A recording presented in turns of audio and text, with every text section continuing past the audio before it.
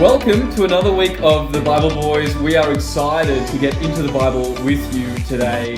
James, I'm excited to know what you've been reading the Bible lately, what you've been thinking about. So, how about we just get right into it? I'm excited to share what I've been reading in the Bible lately. Jimmy, if I can call you Jimmy, you know, you and I go way back. Triple J, the J-Dog. The J-Dog. Yeah. Okay. Yes. You know, we've had 7 days since our last Bible. That's Boys. right. 7 days. 7 long days. 7 long days. Has anything new been kind of floating around in your head about the Bible? Always, Pip. No. Always. So I'm continuing on in Revelation in my New Testament reading. I started 1 Samuel.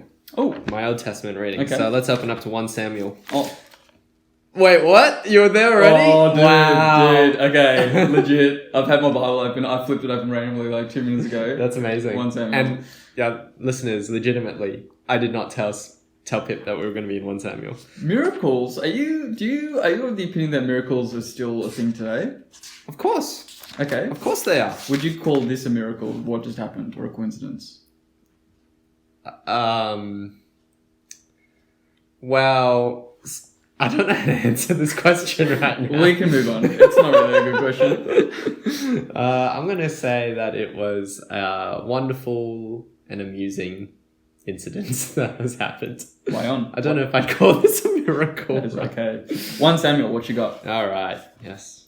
Well, 1 Samuel, speaking of miracles, 1 Samuel is where, in the first 2 chapters, Hannah, who has no children, prays to God and asks that she would have a child, who God then grants her.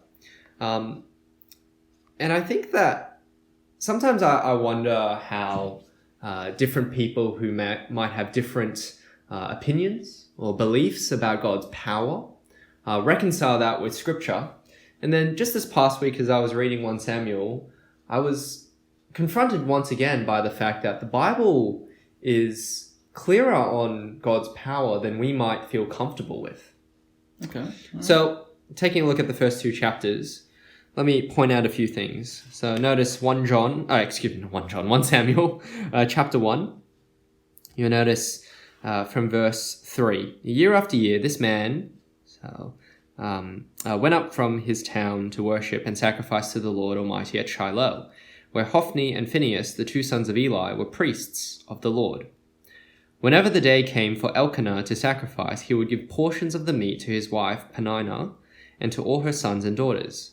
Verse 5, but to Hannah he gave a double portion because he loved her, and the Lord had closed her womb. So here, just from the text, what does it say? The Lord had closed Hannah's womb. And then, in case you missed it, verse 6, it says it again. Because the Lord had closed Hannah's womb, her rival kept provoking her in order to irritate her.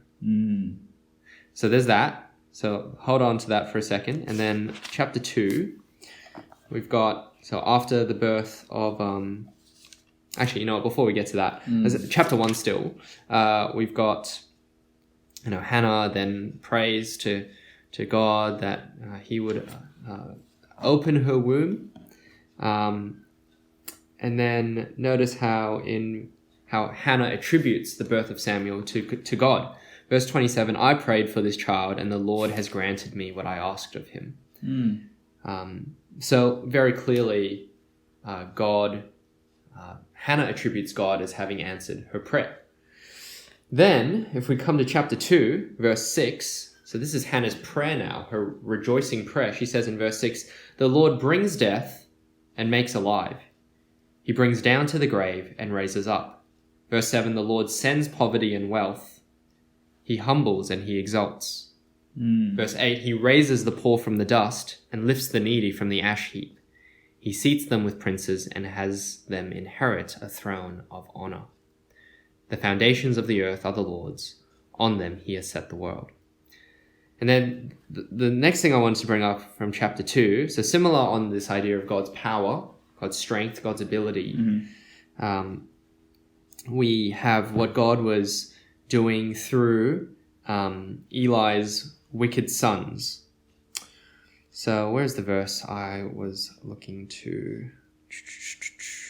Just before, while I'm looking for it, how do you feel when you hear these verses and read these words?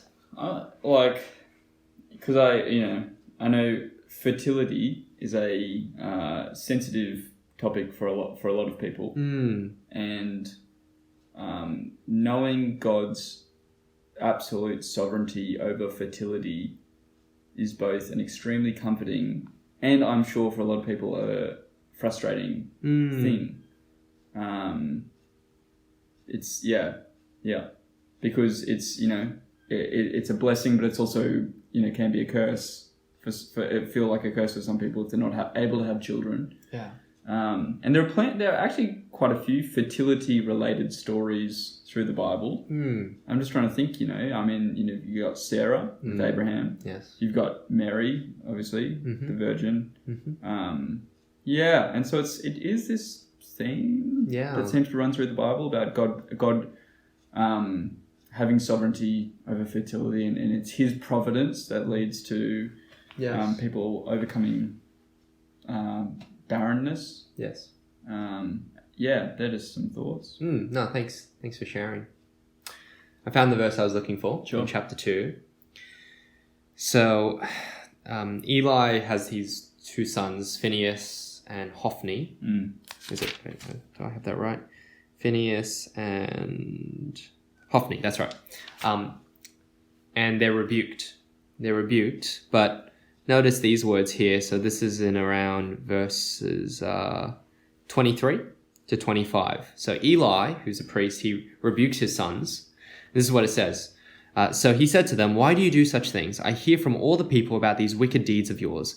No, my sons, the report I hear spreading among the Lord's people is not good.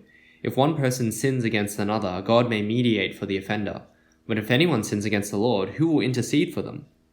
His sons, however, did not listen to their father's rebuke, for it was the Lord's will to put them to death. So here's what I sort of wanted to draw out in talking about this and bringing it up on the Bible Boys. The Bible shows us that God is absolutely in control over life and death, over good and bad. And that makes us feel uncomfortable.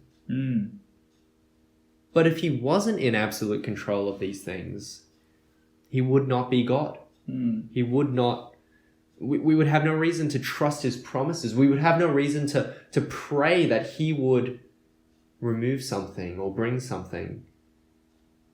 What assurance would we have that God would be able to answer those prayers if God was in control of only the good things, but never bad things as well? And yet at the same time, we have to say that Scripture time and time says that God is not the author of sin. God is not the author of evil. And how does that all work together? How does that all fit together? I'm not sure. So I guess, for you, I thought what you were sharing just about how sensitive and really personal this topic of fertility and having a baby can be for many people. But yeah, when you see and are reminded of just 1 Samuel chapters 1 and 2, it's not like you have to go very far into the book to see this reminder that God is in control. Yeah.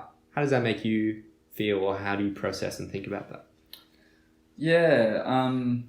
I think on this, it's like when you're talking about God's sovereignty and human responsibility, I think it's easy to be flippant about it and to kind of think of it like a mathematical puzzle.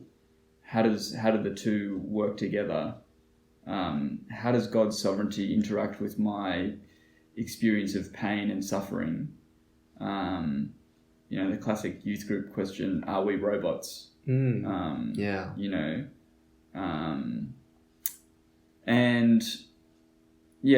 I feel that tension. But it becomes much more real and much more of a live question when it's to do with something like fertility, or something to do with like a sin that you're struggling with, or something to do with like a non-believing family member who's just passed away, or something like that. In that, I think I want to acknowledge I don't have an answer that is going to be intellectually satisfying for people in those moments. But what we do have is, the Bible is crystal clear. God is totally sovereign. And God is completely good is also what we get. Now, and any kind of inability on my part to reconcile those two things is just that. It's my part. It's my inability. It's not something wrong with God. And that's something that's an act of faith to say that and to admit that. And yeah, I think we have to say yes, that is an act of faith, to trust that God is good and yet in control, even when it seems like something is out of control or not good in my life. Yeah.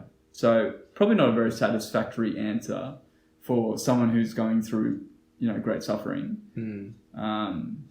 Yeah. I guess it's much easier to kind of deal with it when it's purely theoretical and flippant. When a youth group kid says, "Aren't we all robots?" Sometimes I'll just say, "Yeah, and how cool are robots?" See, you can't really do that in a pastorally sensitive situation. But you probably shouldn't say robots are cool. Yeah, we're robots. That's not a good answer either. But sometimes I like to just slip it in. It's a funny joke. Yeah. Yeah. What are your kind of feelings? I feel like you're at a point where it's like you're feeling the tension. Is that accurate? You're feeling this kind of how would you describe how you feel about those verses? It's interesting because to be honest, I was surprised by how unsurprised I was. Because I think part of it is because it's not the first time I've read 1 Samuel. But also I think a big part of it is that I've been doing a lot of meditation recently on the cross. We've got our youth camp that's coming up in the last week of the school holidays in April. Yeah. And we're preaching on the cross.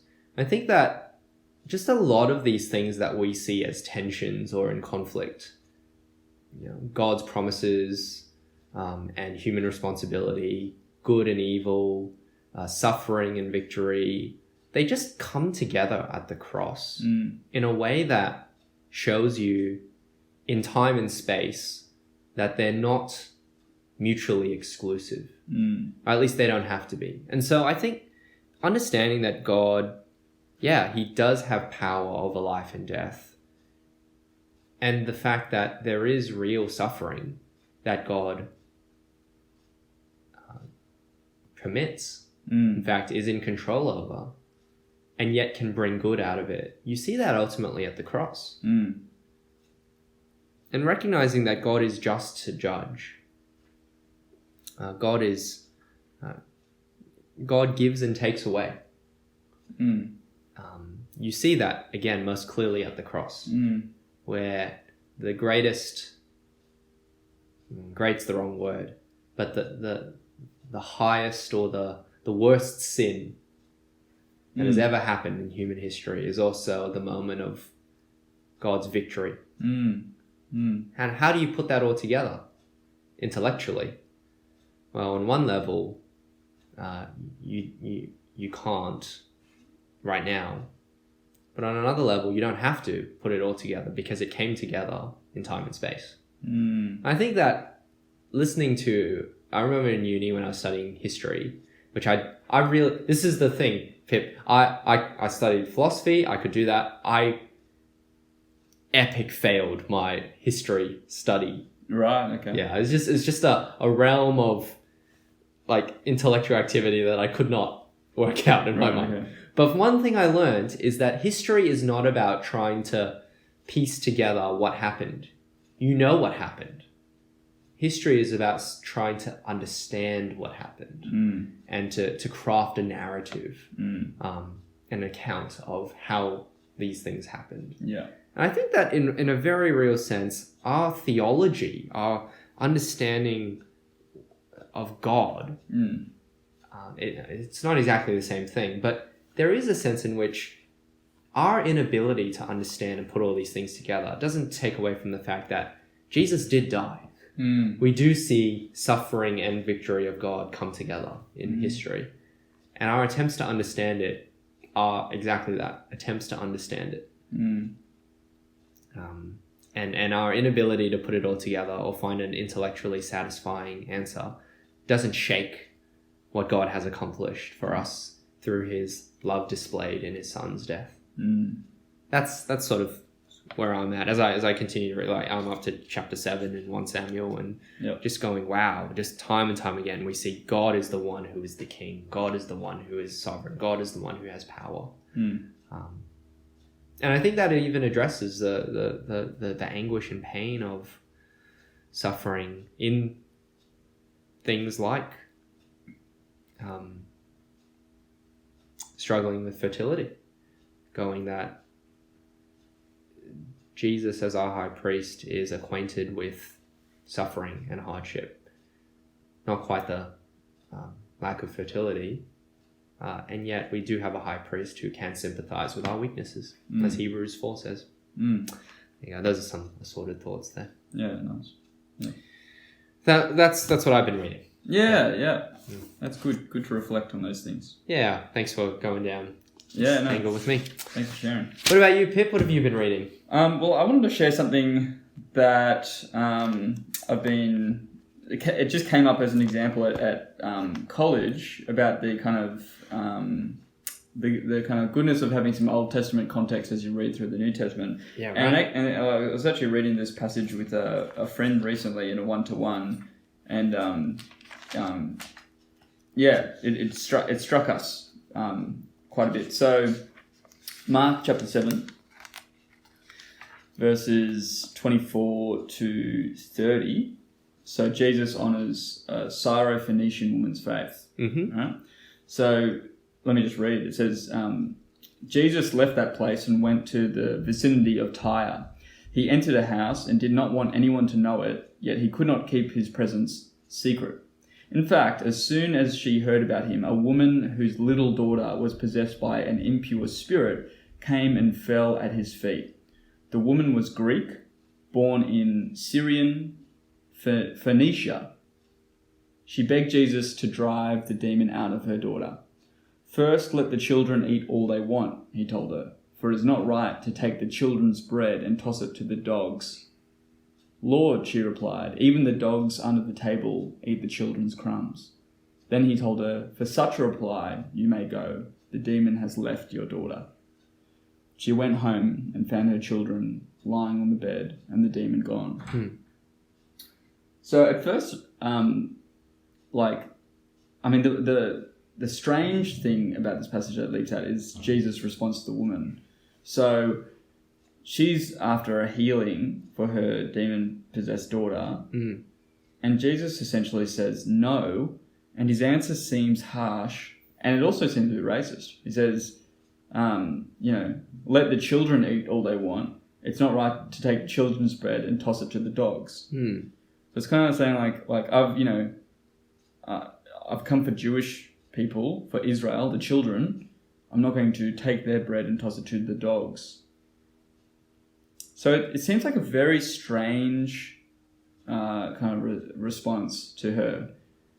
But I guess, so let's go on a little journey through some Old Testament history. Take me on a journey, Pip. Well, let's do it. So why does Mark, and this story is included in other Gospels as well, but why is it so clear that she's Syrophoenician? We get a story with Elijah of another Syrophoenician woman. Right. Yes. So let's go to 1 Kings chapter, I believe, 17. Yes. Okay. 1 Kings 17. Yes, Elijah and the widow at Zarephath. So I'm going to read from 8 onwards. Sure. Okay. The word of the Lord came to him, that's Elijah. Go at once to Zarephath in the region of Sidon and stay there. I've directed a widow there to supply you with food. So he went to Zarephath. When he came to the town gate, a widow was there gathering sticks. He called to her and asked, "Would you bring me a little water in a jar so I may have a drink?" As she was going to get it, he called, "And bring me, please, a piece of bread." "As surely as the Lord your God lives," she replied, "I don't have any bread, only a handful of flour in a jar and a little olive oil in a jug. I'm gathering a few sticks to take home and make a meal for myself and my son, that we may eat it and die." Elijah said to her, "Don't be afraid. Go home and do as you have said. But first make a small loaf of bread for me from what you have and bring it to me, and then make something for yourself and your son. For this is what the Lord, the God of Israel, says. The jar of flour will not be used, and the jug of oil will not run dry until the day the Lord sends rain on the land." She went away and did as Elijah had told her. So there was food every day for Elijah and for the woman and her family. For the jar of flour was not used up, and the jug of oil did not run dry, in keeping with the word of the Lord spoken by Elijah. Sometime later, the son of the woman who owned, and this is from Sidon, a Syrophoenician woman. Sometime later, the son of the woman who owned the house became ill. He grew worse and finally stopped breathing. She said to Elijah, "What do you have against me, man of God? Did you come to remind me of my sin and kill my son?" "Give me your son," Elijah replied. He took him from her arms, carried him to the upper room where he was staying, and laid him on his bed. Then he cried out to the Lord, "Lord my God, have you brought tragedy even on this widow I am staying with by causing her son to die?" Then he stretched himself out on the boy 3 times and cried out to the Lord, "Lord my God, let this boy's life return to him." The Lord heard Elijah's cry, and the boy's life returned to him, and he lived.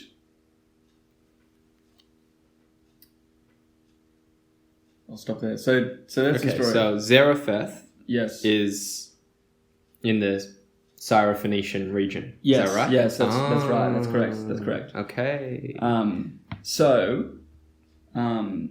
This makes the Jesus story even worse. Oh. Because Elijah was quite nice to this woman, and the woman's son was sick, and she asked him, "Could you heal my son?"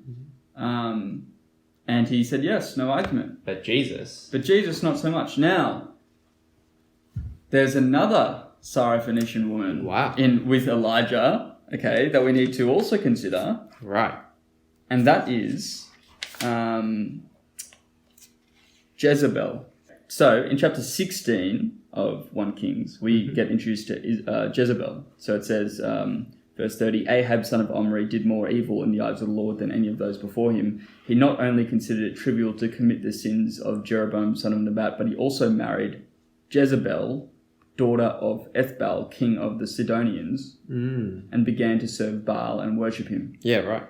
Now, what we know of Jezebel stretches over the next few chapters of 1 Kings, but essentially, she sets up worship to Baal. She has many prophets killed. Right. She even, is kind of campaigning to assassinate Elijah. And what is her fate? Chapter 21 of 1 Kings, verse 21. And this is a prophecy. "And also concerning Jezebel, the Lord says, dogs will devour Jezebel by the wall of Jezreel." Dogs. And so dogs and bread seem to be the themes of the stories that link the Syrophoenician women with the story in Mark chapter 7. Right. So what's happening when you think Syrophoenician, your mind kind of goes to those stories, or at least a first century Jewish reader's mind would have gone to those stories and thought, okay, we've got 2 pictures of Syrophoenicians. We've got one absolutely horrible picture, absolutely awful, killing and misleading the people of God. And we've got one, and she was eaten by the dogs. And we have this other picture of this woman, Syrophoenician woman, who had this encounter with Elijah where she was shown grace, and her son was healed. And so when we get to this story in Mark chapter 7, what Jesus is doing here is, firstly, he is upholding a truth that, first and foremost, like he has come for Jews, and the mission is first to the Jews and then to the Gentiles. But also he's bringing to the fore this image of dogs, and so when he says to the dogs, he's wanting to bring this issue to bear, to see to see how the woman responds. Is she going to be like a Jezebel against the prophets of Israel, right? Or is she going to be like the faithful Syrophoenician? And she proves herself to have faith by saying, even the dogs under the table eat the children's crumbs. And in that one sentence, she unites those stories from 1 Kings, Jezebel and this other Syrophoenician woman. Right. And she shows her faith, and Jesus has the final word over this centuries-old ethnic, divisiveness. Yes. By saying, you may go, the demon has left your daughter because of your reply, because of your faith. Yes. And so as you read this, you see that Jesus is actually reuniting two people groups through faith, and saying, by faith, I approve of you. By faith, I heal you. I heal your daughter. Yeah. And so by understanding some of the Old Testament background, you get this much kind of more 3D vision of what's going on here. And you get kind of insight into this centuries-old ethnic divide. And it's quite beautiful, really, the outcome, by Jesus bringing the issue to the fore and, showing grace to the woman. He has the final word on this conflict. So that was quite amazing to see, quite encouraging to see. Particularly when you read through this, it's often like, oh, why is Jesus calling her dogs? Is dogs like not that bad a thing to say? In reality, like it's quite an insult in and of itself. But with that Old Testament context, you see why Jesus chooses to use that language. Yeah, there you go. Yeah. That is very, very helpful. I've never seen that before. Yeah, so seeing how rich this encounter is with Old Testament imagery, and not just this one, but a lot of the ones that we get in the Gospels, helps you understand more of what's happening here. Yeah, nice. Thanks for sharing. Yeah. Nice. Great. All right, well, speaking of the Bible, because we are the Bible boys. We are the Bible boys. We like to throw the Bible around a bit. In conversation. Not literally. That's it. It's time to do some Bible Guess Who. And this week, Pip, you are the one who is guessing. Yes. And I have a character in mind. Okay. For you. Now, my track record is not perfect, as we know. You've gotten like 3 or 4 correct and 1 wrong, and that's it. This should be interesting. Because, James, I've asked you to make it a hard one. Oh, I don't know if I've made it that hard, actually. Make it a hard one. Make it a hard one? All right, listeners, give me a moment. Why don't you do some thinking music, or do an ad by yourself or something?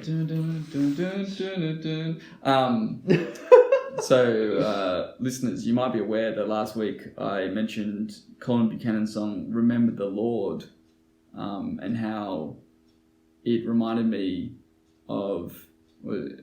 I made the joke that he ripped it off an old Viking song called Remember the Fjord. But I've been singing in my mind, throughout the week I've been singing Remember the Fjord. Nice. Anyway, have you got someone? Yeah, I got someone. Thank you. I've got someone. Who? Alright. 20 questions. 20 questions. Let's do it. Listeners, are you playing along? You should be. Here we go. Question number 1. Does this person... appear alive, not just mention, appear alive in the New Testament? Yes. Ooh! Okay. Does this person appear alive in the Gospels? Yes. Ooh, okay. Okay, maybe I should have made this harder. No. Two questions.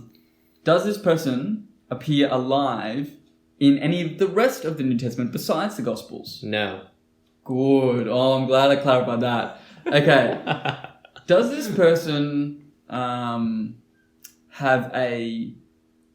Ooh, okay. Here we go. All right. Is this person a male? Yes. Okay. Is this person... does this person put their trust in Jesus in the Gospels? Ooh. Let's think about this one. If it's ambiguous, you can say it's ambiguous. It's ambiguous. Okay. Does this person... Okay. It is ambiguous. It's ambiguous. Does this person have an actual name in the Gospels? Yes. Okay. All right. Does this person appear in the Gospel of John? Yes. Does this person appear in any other Gospel besides John? I don't think so. Oh, that's 8 questions. I think I know who it is. Is this person a supposed teacher of the Jewish people? Yes. Is this person Nicodemus? Yes. Oh, yeah, 10 questions. Yeah, that's redemption. That's redemption. Yes. Good work. Yes. You did well. That's redemption for Onesimus. I should have made it harder. No, that was good. That's all right. That was all a right. good one. That was okay. Yeah, nice. There you go. Listeners, did you get Nicodemus? Anyway. Yes. Nicodemus. Good times. It's true. Like, I think the thing that gave it away was the ambiguity. Because like, there's not actually a whole lot of people where it's ambiguous whether they came to faith or not. That's true. But there's only a handful of people. That's right. Am I remembering that correctly? We don't really know how Nicodemus responds to Jesus. I think you're correct. John chapter 3. Yeah. John chapter 3. Yeah, that's right. His last line is, "How can this be?" How can this be? Yes, that's right. And I'm pretty sure he doesn't show up again. But yeah. There you go. Good times. Good times, listeners. Now, Pip, do you have a...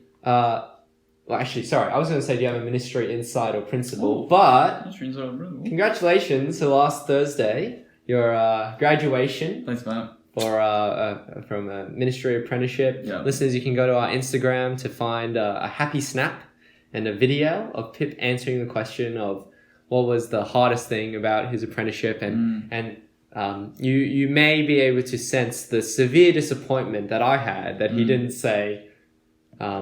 Creating a podcast from scratch. Well, I was going to say, fighting back the huge surge in popularity that you had. That's right. Oh, yeah, that's right. Having to sign all those autographs. That's right. No, this is not a joke. Before the ceremony began on Thursday night, one of my friends who was there said, "Oh, is that Pip Witheridge? Can I go and meet him?" And then I introduced her to you. Yeah, moments like that, man. They go straight to my head. That's it. But it was encouraging, wasn't it? It was a good night. It was a great night. Good to see different brothers and sisters who've done a ministry apprenticeship. Some of them who are at college with you now as well. Yeah. So, congrats. Thanks, man. Hit us with a like or a heart on Instagram. Thank you out there. But do you have a ministry principle or lesson that you'd like to share with us today? Ministry principle. I want to say yes. Okay. What shall it be? The ministry principle that I want to hit you with today. Yes. Is, and it's going to be mind-blowing. It's going to be mind-blowing. I'm ready to be blown. And it's going to shook you. It's going to shake you. I'm going to be shaken. Yeah, Right? okay. The ministry principle that I want to hit you with today is using your prayers well. Okay, using your prayers well, listeners. Yes. So, it's quite a simple principle. But often, if you're in a team context and you've just had a meeting or you're just about to launch into a night of youth group or kids club or something like that, it's like, hey, can someone pray before we get into it? Or hey, can someone wrap up in prayer before we head off?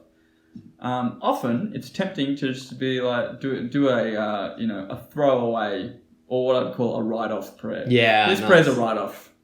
So this is just how we officially end the meeting. Yeah, this is the Friday of prayers. We're not really gonna try that. Casual prayers. Yeah, casual Friday prayer. Yeah. But having some thought and actually praying what you really want from God in those moments. Really actually thinking, what do I want to ask God in this moment? What would the team want to ask God in this moment? And praying accordingly. For example, if you're about to start a morning of kids group or start a night of youth group, you could pray something like, Father, we pray that every single Christian here tonight would grow in their knowledge and love for you. And we pray that there would be non-Christians in the room and that they would come to faith in you tonight. Something like that. Yeah. So a big prayer, yes. And a bold prayer. That is my ministry principle. Yeah, nice. Use those incidental prayers well. Yeah, nice. Oh, that's really, really helpful. Prayers are culture forming as well. And you're modeling how it is that we speak of and speak to our God. Yeah. Sometimes I like to just end a meeting without prayer and it jolts people. Are we actually done? Yeah. But I want to make it clear. Because I don't like it when prayer is just seen as the way you start and end a meeting. Yeah. Pray throughout. Yeah. So I did a meeting last week where we prayed after the first agenda item. We prayed after the third agenda item. Yeah. And then I think we did pray at the end. But the fact is that we prayed 4 times of the meeting instead of just... Yeah. And that's kind of on the same point. Like pray with purpose. Don't pray tokenistically. Yeah. And so if you think it's actually going to be better just to wrap the meeting up and to move on, that can be quite powerful as well to get people thinking, oh, why do we pray the end of the meeting? We didn't pray to stand. Why? Yes. Actually, you got me thinking now. One of my pet peeves with regards to prayer is when someone says, can someone quickly pray? Yeah. Why? Why quickly? Like if it matters, if we're coming before the one true living God who through whom is such a great privilege that we can speak to, why do it quickly? To play devil's advocate. I know. Yeah, go for it. Mealtime prayers. Oh, yeah. Quick prayers. Let's keep it quick. All right. There's nothing worse than having a plate of hot food there and someone's going on and on and on when really all you want to do is thank God for the food. All right. This is not time for you to catch up on prayer. All right. Just. Do you know that? Yes, I get you. Hey, actually, on that, is when you thank God for the food, and then you eat the food and you trash the food. You know what I mean? Yeah. Oh man, this is not as good as last week. I had this. I hate this one. Yeah. You go, wait, didn't you just thank God for the food? Yeah. Come on, that's some real grumbling in the wilderness type. Yeah, that's right. It's a huge disconnect, and that goes to show, it's the tokenistic thing, right? Well, we're not allowed to eat until we thank God, but then we're not actually thanking God. Yeah. We're not eating with thankful hearts. I've had a thought this week to shake up prayer at Moore College. All right, go. Show me. It's quite controversial. Shake up prayer. So we have these prayer groups where you basically, each group is like a country or a region. Right. And so what are you right now? Well, I'm not anything right now. Oh, okay. I haven't picked one yet. But the idea is you sign up for a prayer group and you pray for Central Africa or you pray for East Asia. You pray for Madagascar or something. Sure. Something. Yeah. What I want to do is create a group, the world, where you just get together, you pray for the world. Yes. You pray some basic, bold prayers for the world. Yeah. You move on. Yeah, that's right. Now, is there anything... Okay, this is what I've been wrestling with. Is there anything better about joining a particularly focused prayer group or just doing a big world one? Because what's the difference between saying I pray for country X, country Y, country Z until you work your way through the whole world, and then going I pray for the world. Yeah. Now, I think it is different when you're praying for people. If you're going through your church role and you're praying for people in your church, that can be quite helpful because you think, oh, this person has this particular thing on at the moment. Let me pray for that particular thing and be a bit more nuanced. But at the end of the day, I don't think maybe it's my fault. I'm not that in touch with the nuances of each country to really know the specifics that they need prayer for. But I reckon if I pray something like, I pray that the gospel would go forth today, and until the end of time in the world, and that more and more people would come to faith in every single country, and that people would see Jesus as Lord.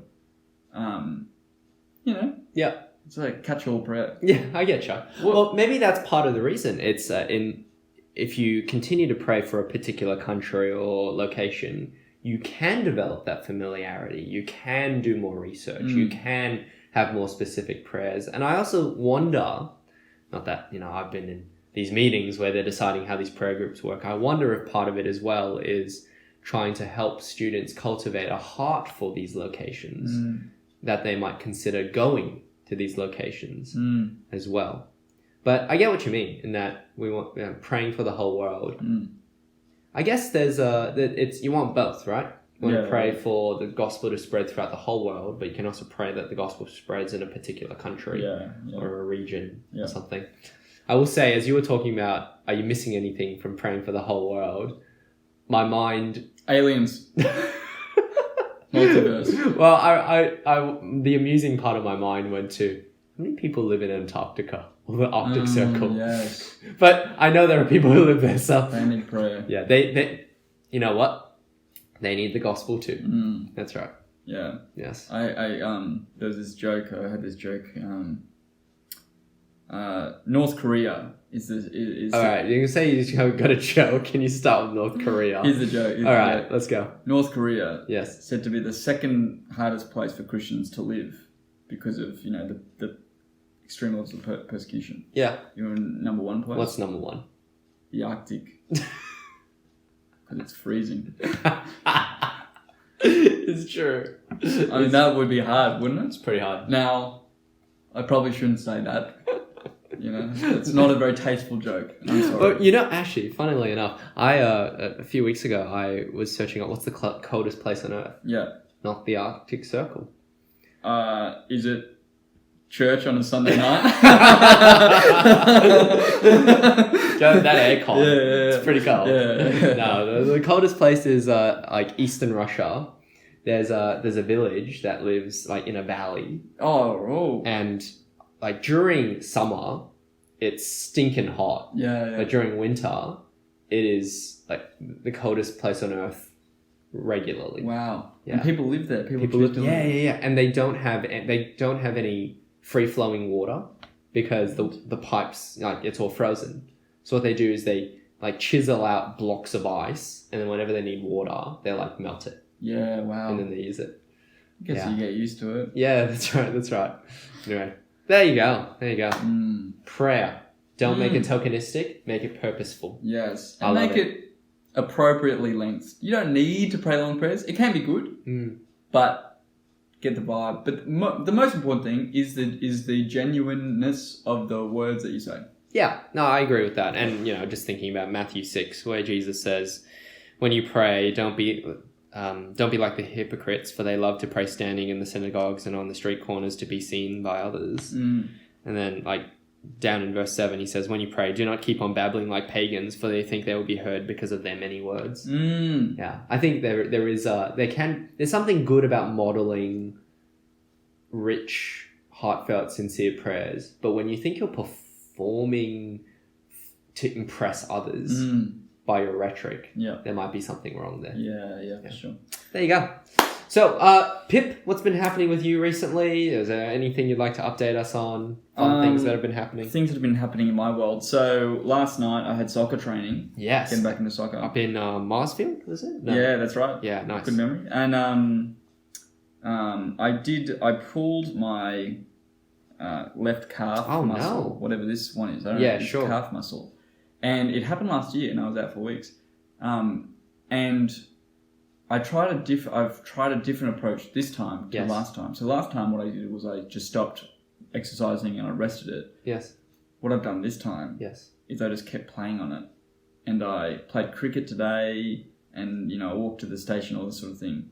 And it's actually feeling pretty good. Hey, there you go. So, the age-old wisdom of rest it up, ice it, elevate it, sometimes it's good to go against conventional wisdom and to try something completely new. No pain, no gain. See what happens. Sometimes it'll heal. Yes. And I think that's what's happened to my leg. That's right. So I'm feeling pretty good at the moment. There you go. Yeah. Did you pray for your leg? You know what? I didn't. Why not, Pip? I don't know. I don't mean that in a bad way. I'm just going, yeah, that's something you could pray for. Yes. Yeah. That's a good point. I should have. Could have. Maybe someone else did, because I told Soph. Maybe she did. Hey, there you go. What about you, James? What's been happening in your world? So, this past week, I wanted to bring this to the Bible Boys, which is ads that you randomly remember. So, there is a common experience that Viv and I have where I'll start, tooting something. I'll be like, doo-doo-doo-doo, and she goes, what is that? And I go, oh, it's this ad I remember. So this is what happened last week. It was, you can tell me if you remember this ad at all, or listeners if you remember this ad. Okay. This mother calls Ian Thorpe and goes, Thorpe, I'm trying to get my kids to eat this cereal. Oh yeah. And then he's like, have you tried telling them it's like full of nutritional goodness? It's like, yeah, it doesn't work. Have you tried telling them it's fat as in, PHAT? It's like, yeah, that doesn't work. All right, tell them this. Thorpe says it's fully sick.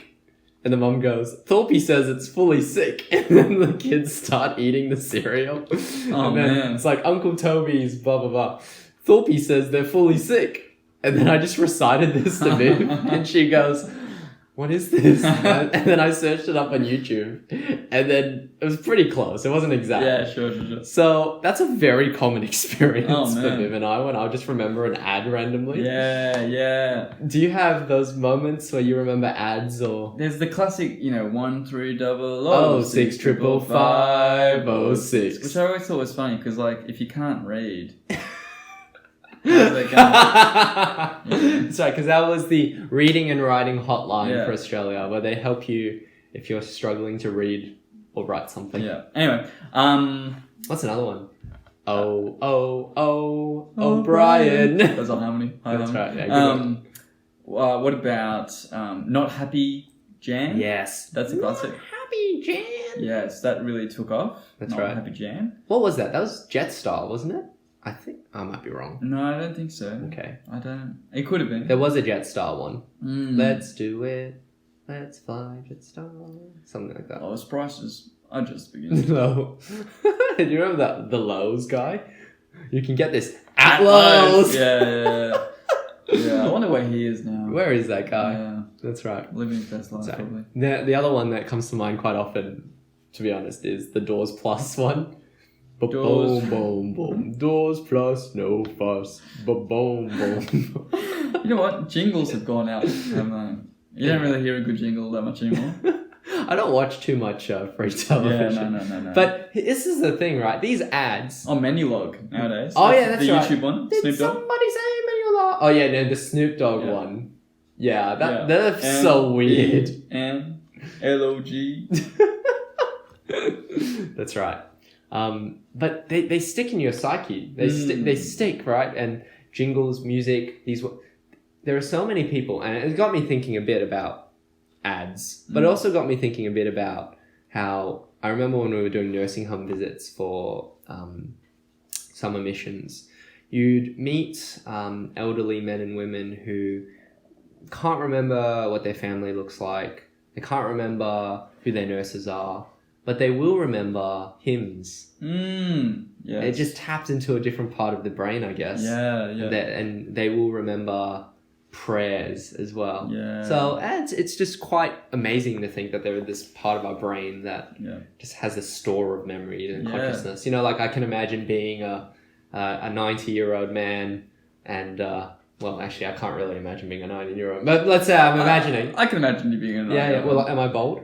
No, you look exactly the way you do now. That's right. And I'm lying there and I've forgotten everything and everyone else, but then I start going, banana boat. What's he saying?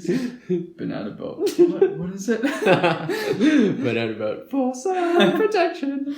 Banana boat. It's 30 plus. I've been thinking lately, the retirement villages of the future. Yes.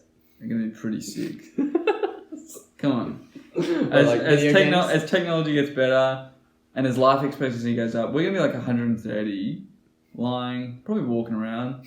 You know, you know what would be cool? What would be cool? I don't know what you think about this ethically, but go on. You have this like USB or some kind of some Neuralink, to use Elon Musk language. Sure. Some Neuralink connected to your brain that goes to like a screen with a speaker, and it's just an avatar of you, and you're controlling your face, and you're like, you know, right. And maybe even it goes into like a virtual social media landscape where it's like almost like a penguin. What's that? Club Penguin, where you are walking around in a virtual land, you know, talking to people, and that's the way that you keep in touch with people who have kind of gone, but are still kind of, you know, there. Yeah. You know. Yeah, interesting. That'd be sick, wouldn't it? No, I don't know. You don't think so? I don't think so. I think this is too many horror movies, too many anthology TV shows that show you how technology can go wrong. Yeah. Anyway, but I like that you think it's a good idea. Yeah. Yeah, and I was thinking that. Anyway, I've got some heretical interpretations of like the revelation, like eschatology, like Jesus coming back on the clouds. He comes back on the iCloud. Like you create this cloud environment where people's brains, you know, go actually, you know, even like forever. Yeah, there you go. And the first person there is actually Jesus. Right. Anyway, that's totally heretical.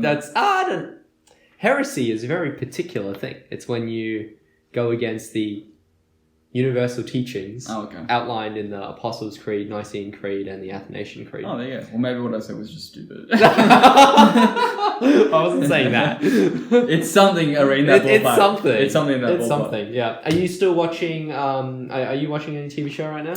Any TV show right now? No, I'm not. I've been watching highlights, Shane Warne. Oh, yeah.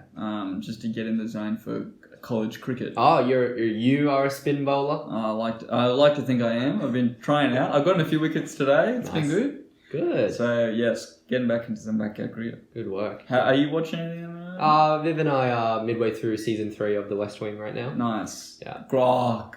Oh, great season.